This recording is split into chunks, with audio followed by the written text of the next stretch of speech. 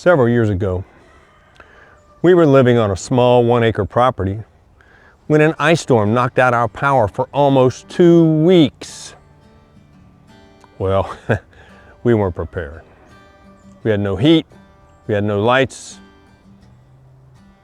we had nothing. That experience changed everything for us. It's the whole reason why we installed our wood-burning stove. It's the reason why I look at resilience the way I do today.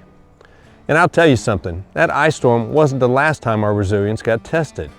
Every homestead, no matter the size, will face its own moment where something breaks, something fails, or something unexpected happens. The question isn't if it will happen, it's how ready will you be when it does. Because here's the truth, a homestead most of the time isn't built for comfort, it's built for survival. Storms, heat waves, supply shortages, equipment failures. Most people don't quit because homesteading is too hard.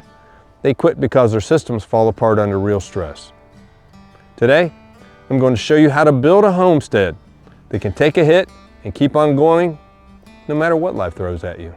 I'm going to let you in on a little secret. Most people think resilience begins with, well, solar panels, generators, or some sort of fancy equipment. But it actually starts with something a whole lot simpler, storage. You need space for the boring yet essential stuff. Feed, hay, water, tools, medical supplies, fencing, fuel, parts, and of course the backups for your backups. A homestead with no storage has no resilience. When a storm hits, or a pump quits, or when you suddenly need some help with fencing or feed, you don't want to be searching for it or run into town. Every dry, organized square foot you build today is stress you avoid tomorrow. You don't need a perfect water setup. You need multiple water sources so you're never stuck relying on just one. On the homestead, that might be a community well or just a well on the property. A rain catchment system, natural water like, a spring or a creek. Stored water tanks, even a backup filtration system like a Berkey. But water is the one thing you can't improvise when something goes, well, south. Long-term resilience means you can always water the animals. You can water the garden. You can take a bath if you need to, and certainly drink as necessary. Your primary system should be convenient, your backup should be simple, and your emergency source should be bulletproof. A resilient homestead doesn't rely on one power source. It relies on layers that overlap and cover each other. Here's what that looks like here. We use the grid. We use it when it's available.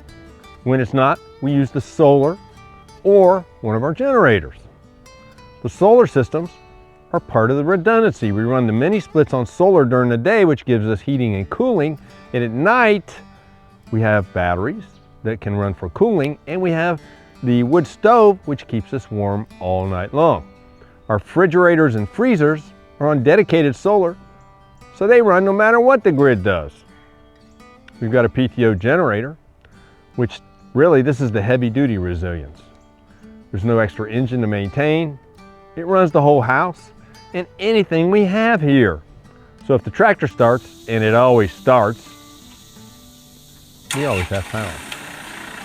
We've got a small solar generator for portable power, which is perfect for small tasks from the barn or from the house.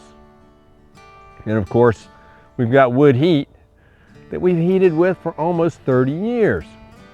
It doesn't matter if there's an outage or an ice storm or a fuel shortage or whatever. Wood heat just works. Resilient homesteads don't just have a single point of failure.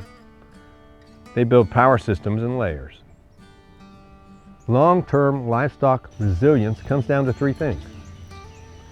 You need healthy, well-bred animals. Genetics matter. Show-ring genetics don't always hold up on a working farm. Look for solid feet, a good temperament, parasite resistance, and reliable reproduction. 2, you need a shelter that protects them from the wind and the rain without pampering. Animals that never face the weather become fragile. Animals that suffer in the weather will fall apart. Goats, cows, chickens, rabbits, each species has a different balance. You'll learn that over time. Number 3, always having spare capacity. Extra feed, extra bedding, extra fencing, extra medical supplies, and even a few animals that can step into the breeding roles if necessary. That's not panic buying, that's planning. Resilient homesteads raise hardy animals that can thrive without constant crisis management. The homesteads that last don't try to grow everything. They grow the right stuff. Crops that store well, grow consistently, fit your climate, deliver the calories you need, and of course justify the labor that you're going to put in them. Our backbone crops for resilience are potatoes, onions, squash, tomatoes, lettuce, beans, greens. Then of course we have eggs, we have meat birds, we have rabbits, and we have beef, not to mention milk from the goats and the cows. Then the orchard and the berries add long-term value on top of that. Your freezer, pantry, canners, and freeze dryer finish up our system. Food resilience isn't about variety, it's about dependability. A resilient homestead works with the land, not against it. That means building real drainage, and of course here in the Mississippi Delta we struggle with that. You plant shade where the animals and people need it. You understand your flood zones. You rotate your pastures, and you improve your soil every year. You expand slowly and never force the land to become something it isn't. Around year 5, your land really starts to become predictable. And that predictability is one of the most powerful forms of resilience you'll ever earn. Here's the part nobody talks about. Over time, you're going to change too. You become calmer, more observant, more patient, less reactive, better at fixing stuff before they break, more confident in your decisions. Resilience isn't just in your systems. It's in the person managing them. The person who shows up every day, even when things have, well, gone south. That's what truly builds a homestead that lasts. And don't feel like you need to build this all in a single year. Resilience is something you grow into, one project at a time, one repair at a time, and one season at a time. Every improvement you make right now becomes strength later. A resilient homestead isn't loud, flashy, or complicated. It's steady, predictable, and layered, and built with intention, season after season after season. If you found this video helpful, please hit the subscribe button and hit the notification bell.